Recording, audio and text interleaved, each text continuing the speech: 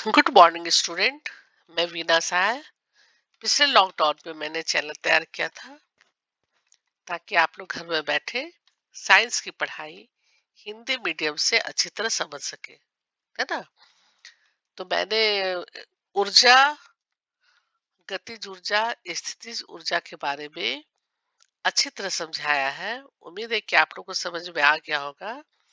और सारे पाठ्यक्रम जितने भी प्रश्न हैं वो भी मैंने करवाया है। ठीक है। और अब है अभ्यास, जितना भी क्वेश्चन आंसर है अब वो मैं आज आप लोग को करवाऊंगी। ठीक है।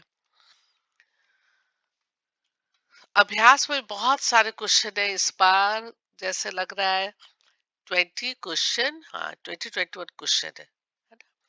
फिर भी मैं सबको करवाऊंगी और आप लोग ध्यान से पढ़ेंगे, सुनेंगे मेरी आवाज को, है ना। और बस मैं आंसर बताते जाऊंगी, आप लोग को ध्यान से सुनना है। और इसके बाद ये चैप्टर कंप्लीट हो जाएगा। नेक्स्ट चैप्टर साउंड, ध्वनि, है ना, ध्वनि में करवाऊंगी। और उसके बाद फिर फिजिक्स का काम कंप्लीट हो जाएगा। फिर दूसरे सब्जेक्ट को देखूंगी। ठीक है। तो आज मैं पेज नंबर 176 सिर्फ क्वेश्चन आंसर करवा रही हूँ। 75 तक के सारे कंप्लीट हो चुके थे। हम्म, तो अब स्टार्ट हो रहा है। फर्स्ट क्वेश्चन है, निम्न सूचीबद्ध क्रियाकलापों को ध्यान से देखिए और अपने कार्य शब्द की व्याख्या के आधार पर तर्क दीजिए कि इनमें कार्य हो रहा है या नहीं। कार्य का परिभाषा तो बहुत दिनों से सुनते ही आ रहे हैं, पढ़ते ही आ रहे हैं, देखते ही आ रहे हैं, है ना।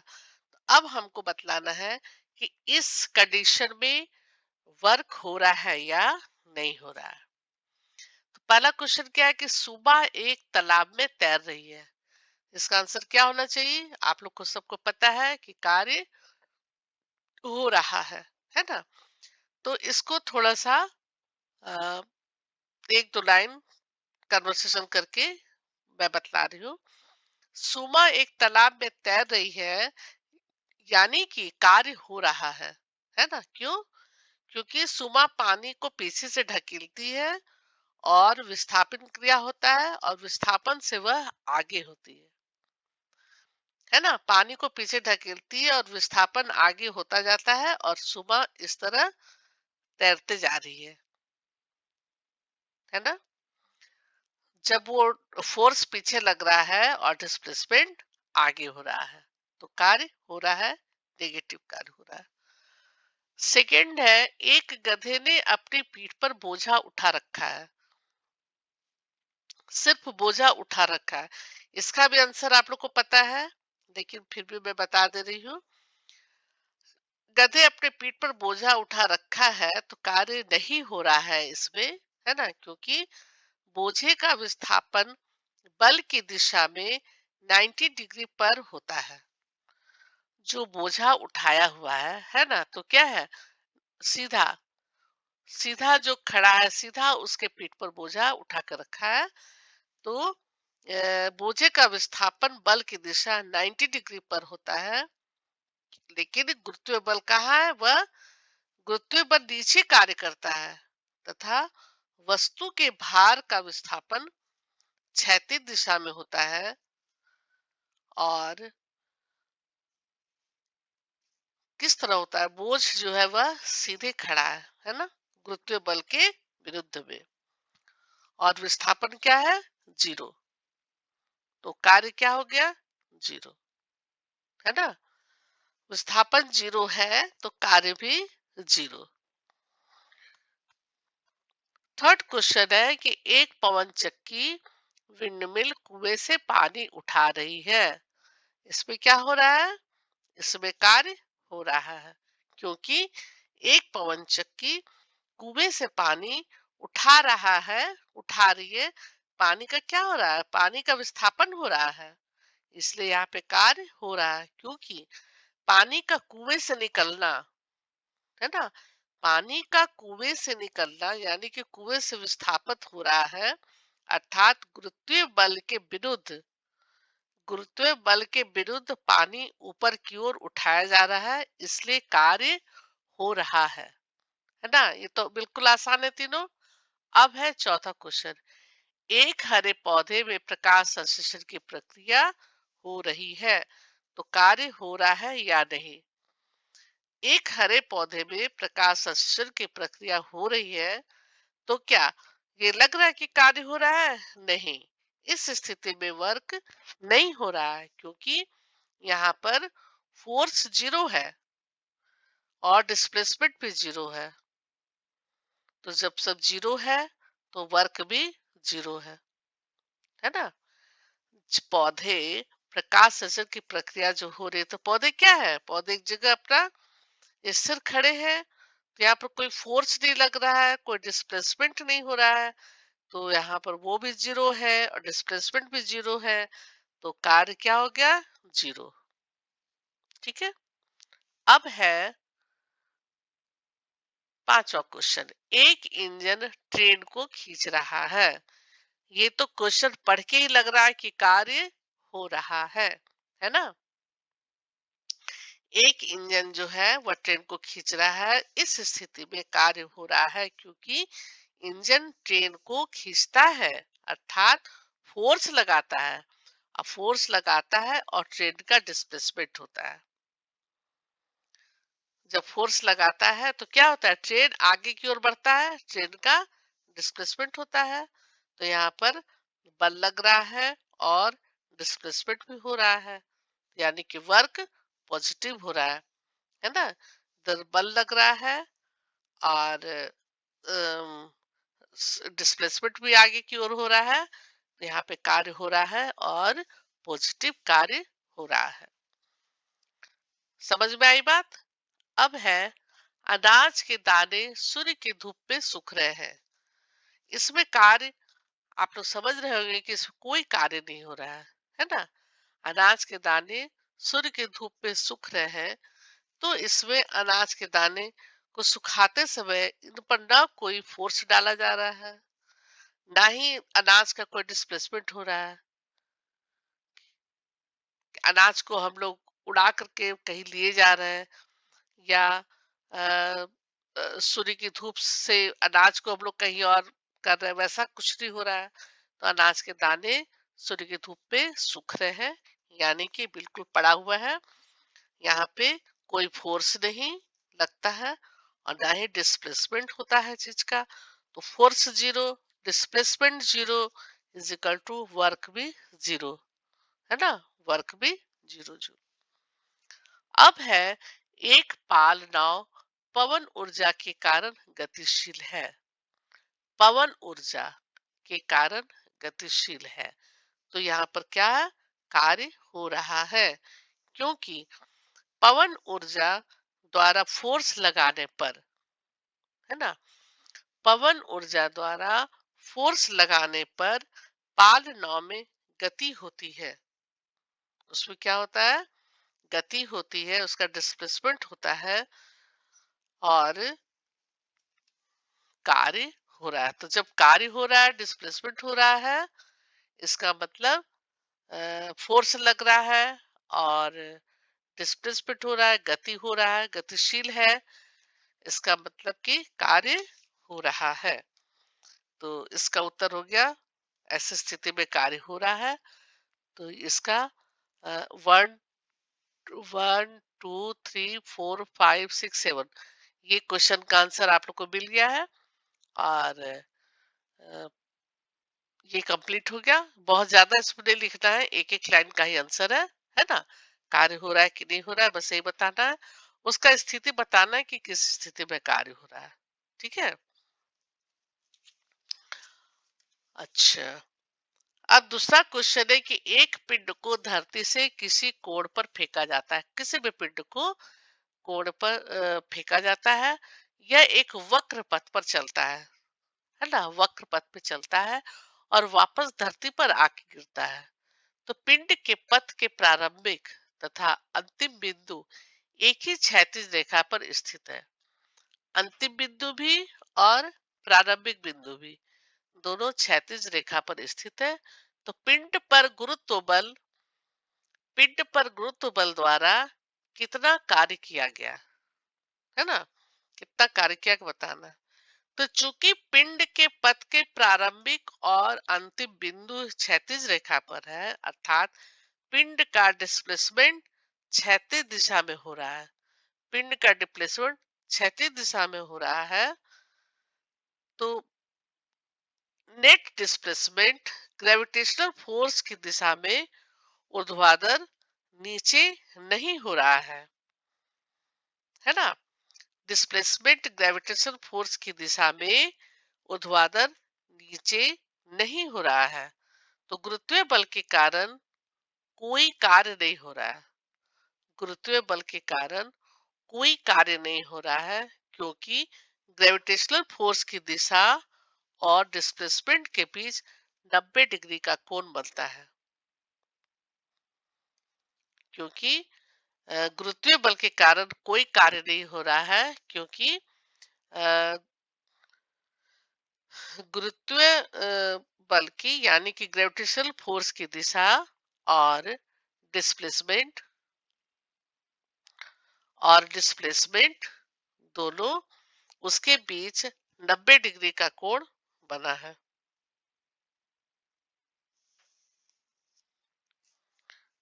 ठीक है, 90 डिग्री का कोण बना है, इसलिए इसमें कोई कार्य नहीं होता। Work equal to 0 joule. वक्रपथ आप याद कीजिए, आप एनर्जी वाला चैप्टर में पढ़े होंगे, है ना। ऐसे करके वक्र हो गया, वक्र, है ना, वक्र। सबका तो मैं इतना बना के नहीं बता पाती हूँ, लेकिन आप समझ जाइए, ये वक्रपथ हो गया, है ना, ऐसे हो गया वक्रपथ। और यहाँ पर हो गया आपको इनिशियल पॉइंट, हाँ, और यहाँ पर हो गया फाइनल पॉइंट, जहां पर आकर के गिरता है ना, वहां पे गिरता है। तो जब फेंका जाता है, किसी कोण पर पिंड को फेंका जाता है, तो क्या होता है, यहाँ पे वक्र है, यहीं पर क्षैतिज दिशा पे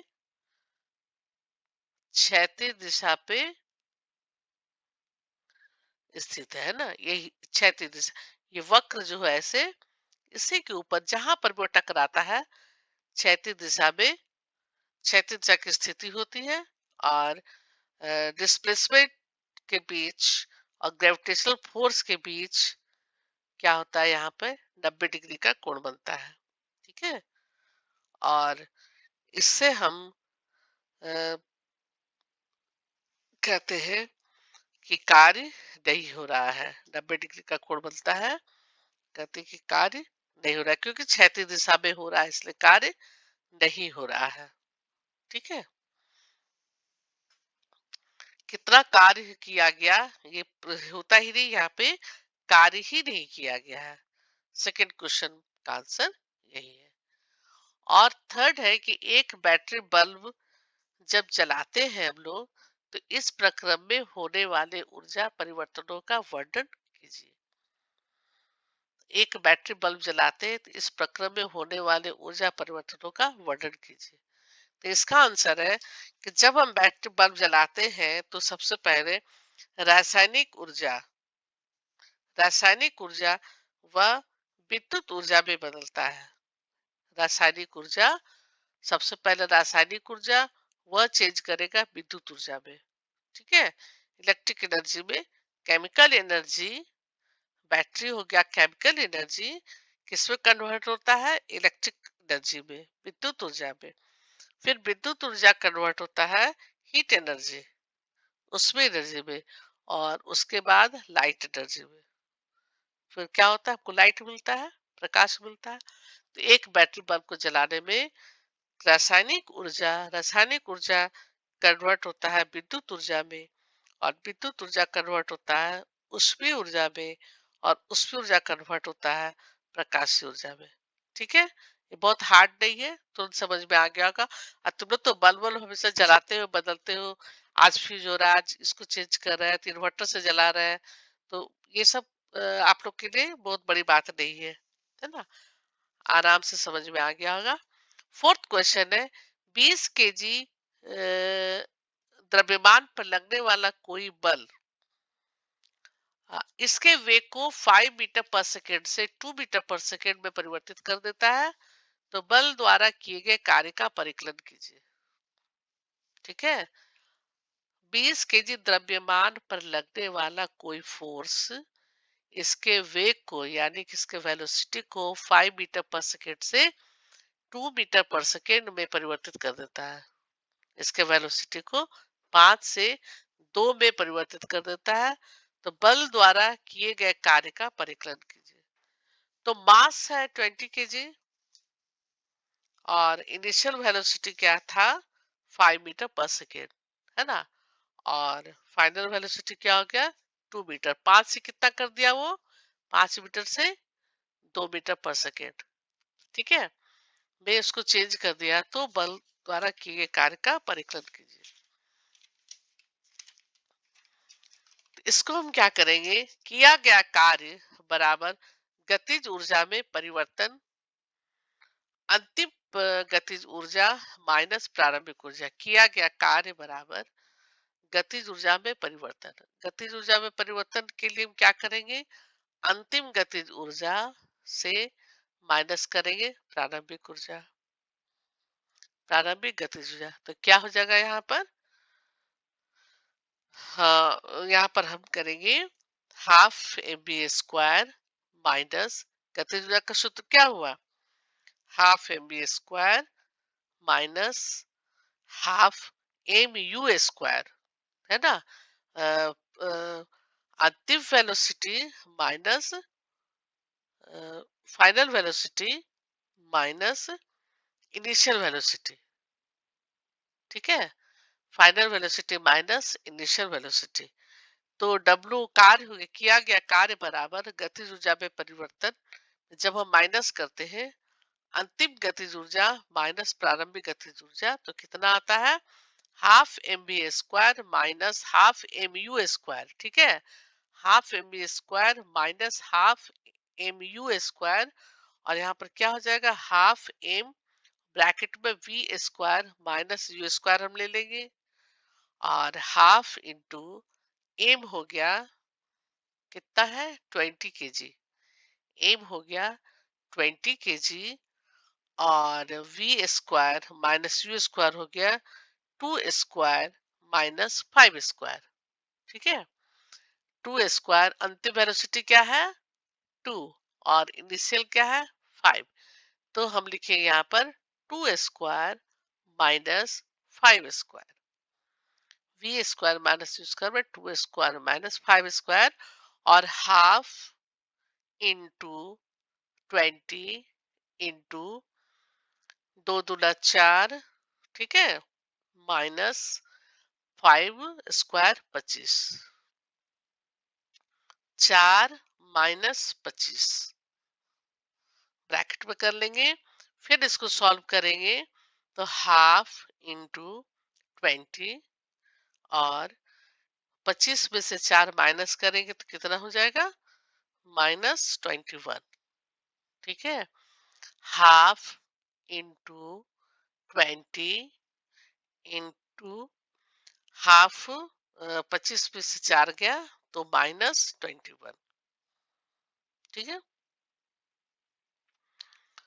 और वर्क किया गया कार्य W, W is equal to 2 को हम 20 से काट लिए, 10 आया, तो 10 इंटू -21, 10 इंटू 10 इंटू -21, तो -21 हो गया। फिर 10 और 21 को गुणा करते हैं तो कितना हो जाएगा, -210, यानी कि 210 -210 जूल। तो यह नेगेटिव साइन क्या दिखला है, जब इनिशियल फाइनल वेलोसिटी से इनिशियल जब हम माइनस के तो हो गया था -25 से हमने 4 माइनस किया था, इसलिए -21 आया।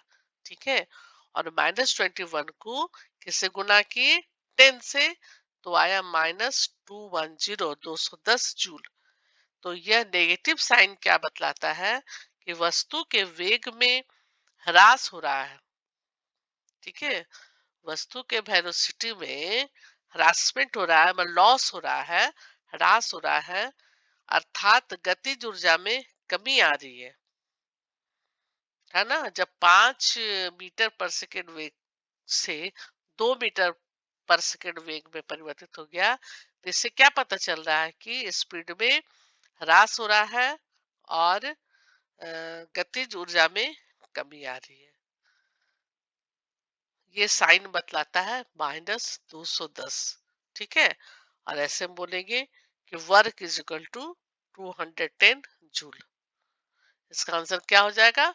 210 जूल। ठीक है, या तो समझ में आ गया होगा। ये तो कठिन नहीं है, बहुत सिंपल था। 2 दूना 4 और 5 पचे 25।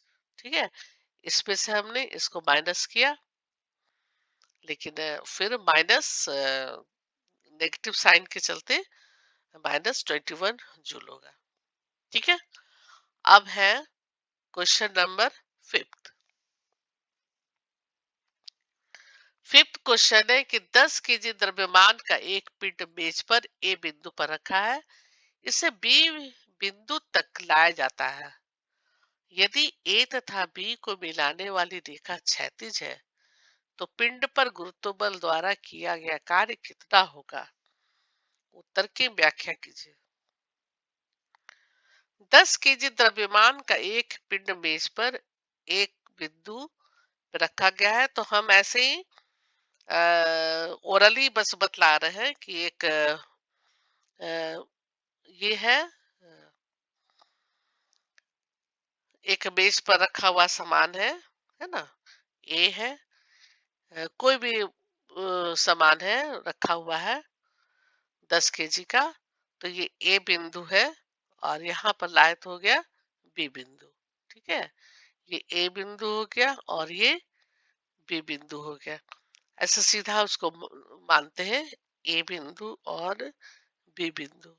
तो समान को ए से पिंड की स्थिति आगे बढ़ के बी में आती है ना। तो ऊर्ध्वाधर यानी कि ऊपर की ओर, ऊर्ध्वाधर से नीचे की ओर दिशा में कार्य गुरुत्व बल करता है, उसके कार्य करता है। बल की दिशा तथा विस्थापन के बीच, बल की दिशा तथा विस्थापन के बीच 90 डिग्री का कोण बनता है। बल की दिशा और विस्थापन के बीच में 90 डिग्री का कोण बढ़ जाता है, यानी कि विस्थापन बल की दिशा में नहीं हो रहा है। विस्थापन जो है वह बल की दिशा में नहीं हो रहा है, इसलिए वर्क जो है वह 0 है।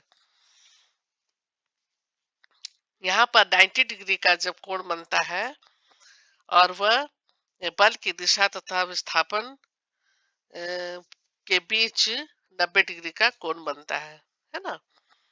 तो यहाँ हम कहेंगे कि कार्य नहीं हो रहा है। किसी मेज पर जब रखते हैं तो यहाँ से ए बिंदु से बी बिंदु तक लाया जाता है ना। और क्षैतिज रेखा है। अब गुरुत्व बल द्वारा किया गया कार्य कितना होगा? गुरुत्व बल द्वारा कार्य 0 है ना। और विस्थापन बल की दिशा में वो भी नहीं हो रहा है, इसलिए वर्क 0 है। और दूसरे विधि से हम ऐसे बता सकते हैं कि work is equal to force into displacement. यदि उसको हम कैलकुलेट करके बताते हैं तो फोर्स इनटू डिस्टेंस, और ये है कॉस थीटा।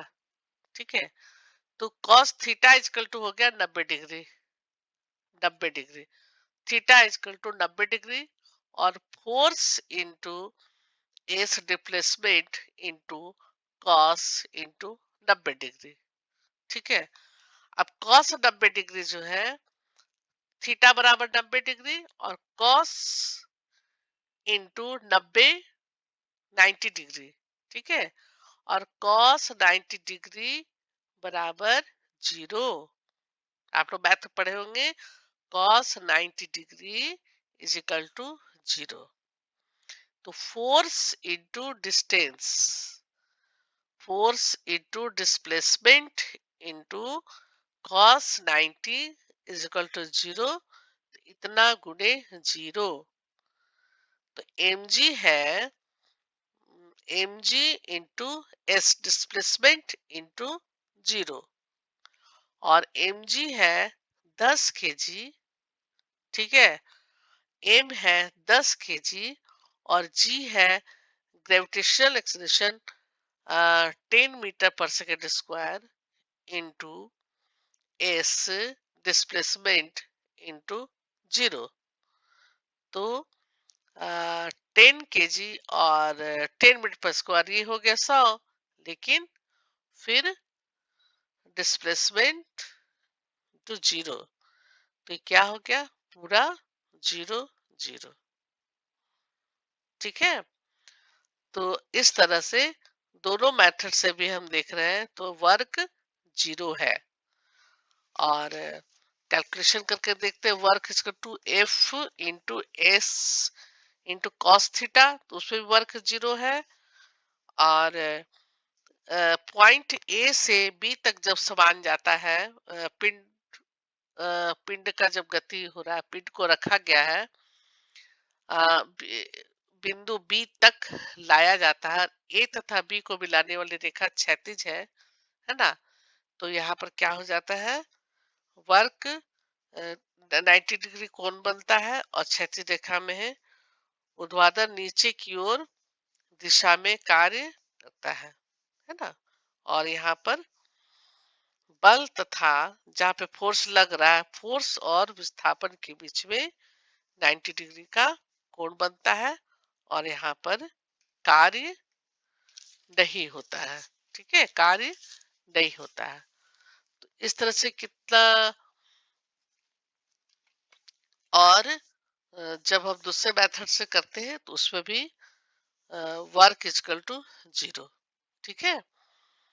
तो इस तरह से हमारा 5 क्वेश्चन हमने सॉल्व किया। और एक क्वेश्चन और मैं बता रही हूँ। मुक्त रूप से गिरते एक पिंड की स्थितिज ऊर्जा लगातार कम होती जाती है। क्या यह ऊर्जा संरक्षण नियम का उल्लंघन करती है? कारण बतलाएं।